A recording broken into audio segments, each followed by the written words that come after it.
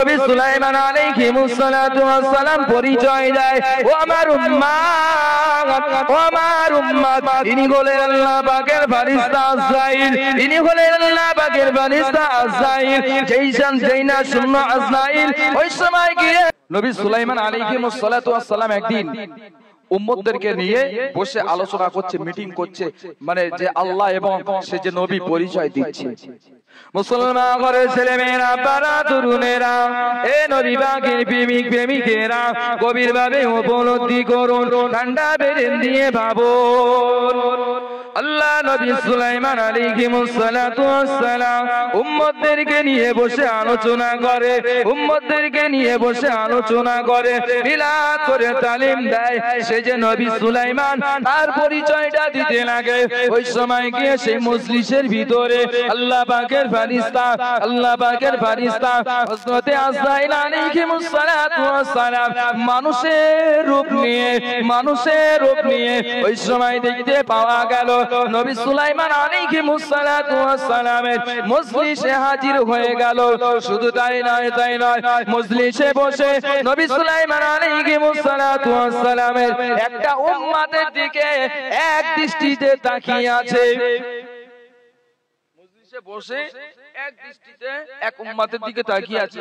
সেই উম্মতটা নবী সুলাইমান আলাইহিস সালামকে জিজ্ঞাসা করলেন, যে নবী সুলাইমান, ইনি কে? ইনি আমার দিক ফিরে এমন ভাবে তাকিয়ে আছে।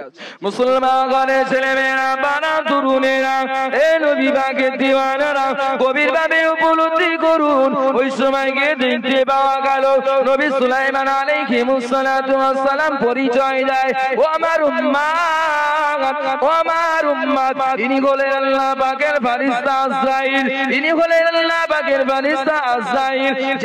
যেই না শুনলো আজরাইল, ওই সময় গিয়ে ওই উম্মতের বুকের ভিতরে যেন কেমন আওয়াজ হতে শুরু করলো।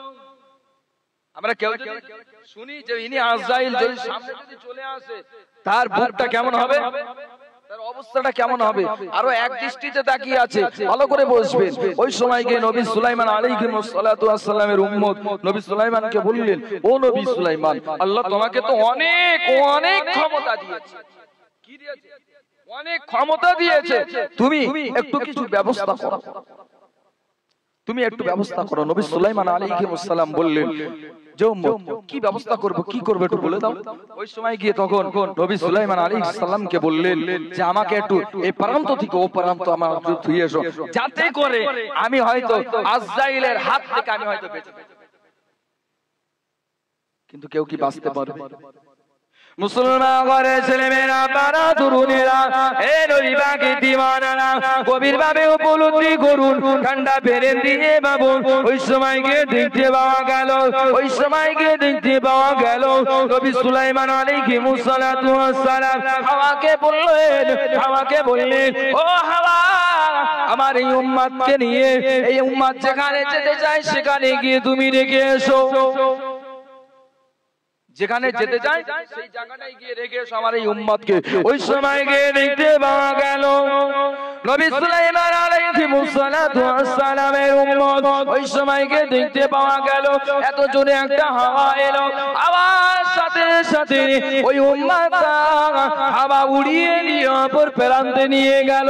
ওই সময় গিয়ে দেখতে পাওয়া গেল মুহূর্তের ভিতরে আজরাইল আলাইহিস সালাতু ওয়াস সালাম ওই মজলিস থেকে উঠে চলে গেল।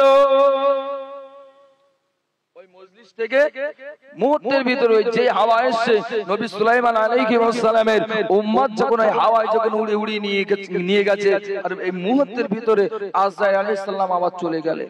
গিয়ে আবার কিছুক্ষণ পরে নবী আজরাইল আলাইহিস সালাতু ওয়াস সালাম আবার সেই মজলিসে এলেন, নবী সুলাইমান আলাইহিস সালামের মজলিসে হাজির হয়ে গেলেন।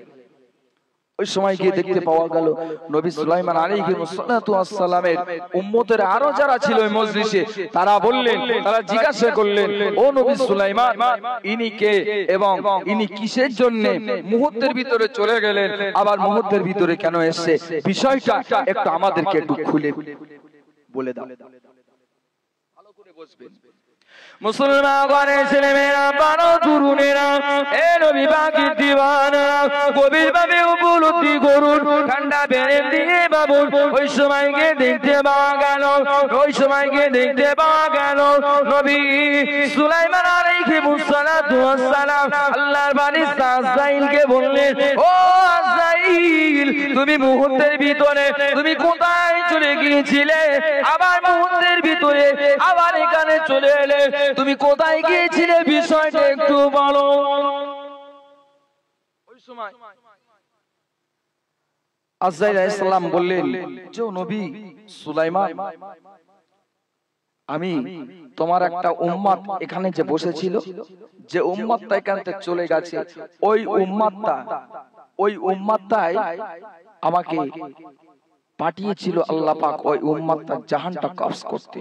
আমি আজরাইল দুনিয়ায় আসি একমাত্র শুধু জাহান কবজ করার সময়। কিসের সময় আসে? শুধু জাহান নেওয়ার সময় আসে। আল্লাহ আমার নির্ধারিত সময়ে আল্লাহ আমাকে পাঠিয়েছে। ওই জন্য আমি যখন আল্লাহ আমাকে দেখিয়ে দিয়েছে, আল্লাহ আমাকে বলে দিয়েছে যে ও ফেরেশতা আজরাইল, আমার অমুক বান্দার জাহানটা কবজ করতে হবে, অমুক জায়গায় অমুক গাছের নিচেই অমুক জায়গায় কবজ করতে হবে, অমুক সেকেন্ডে আল্লাহ আমার বলে দিয়েছে। ওই জন্য আমি যথার সময়ে সেই জায়গায় গিয়ে দেখতে পেলাম যে সেই ব্যক্তিটা নাই। আমি ওই সময়ে তখন গিয়ে ভাবলাম, দেখতে পেলাম তখন গিয়ে যে তোমার এই মজলিসে বসে এখানে বসে মিলাদ শুনছি। আমি ওই জন্য এক দৃষ্টিতে তার দিকে ফিরে তাকিয়ে আছি। এই জন্য যদি এক দৃষ্টিতে যদি না তাকায় তো ওই ব্যক্তিটা হয়তো সেই জায়গায় যেতে লেট হয়ে যাবে। তাহলে এক সেকেন্ড আগেও মৃত্যু হবে হবে না, এক সেকেন্ড পরেও হবে না, যথা সময়ে মৃত্যু হবে। এক সেকেন্ড আগেও নয়, এক সেকেন্ড পরেও নয়। এই যে নবী সুলাইমান আলাইহিস সালাতু ওয়াস সালাম যে উম্মতদেরকে নিয়ে ওখানে বসে এই যে গল্প গুজব করছিলেন,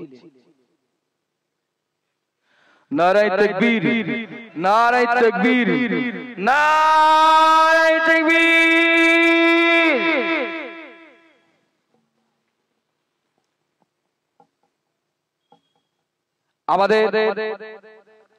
আমাদের মুফতি সাহেব হুজুর এখনই স্টেজে আসছে। আপনারা যারা বিক্ষিপ্ত ভাবে ছড়িয়ে ছিটিয়ে আছেন সকলে পাক মাহফিলে চলে আসেন, এখনই আসছে।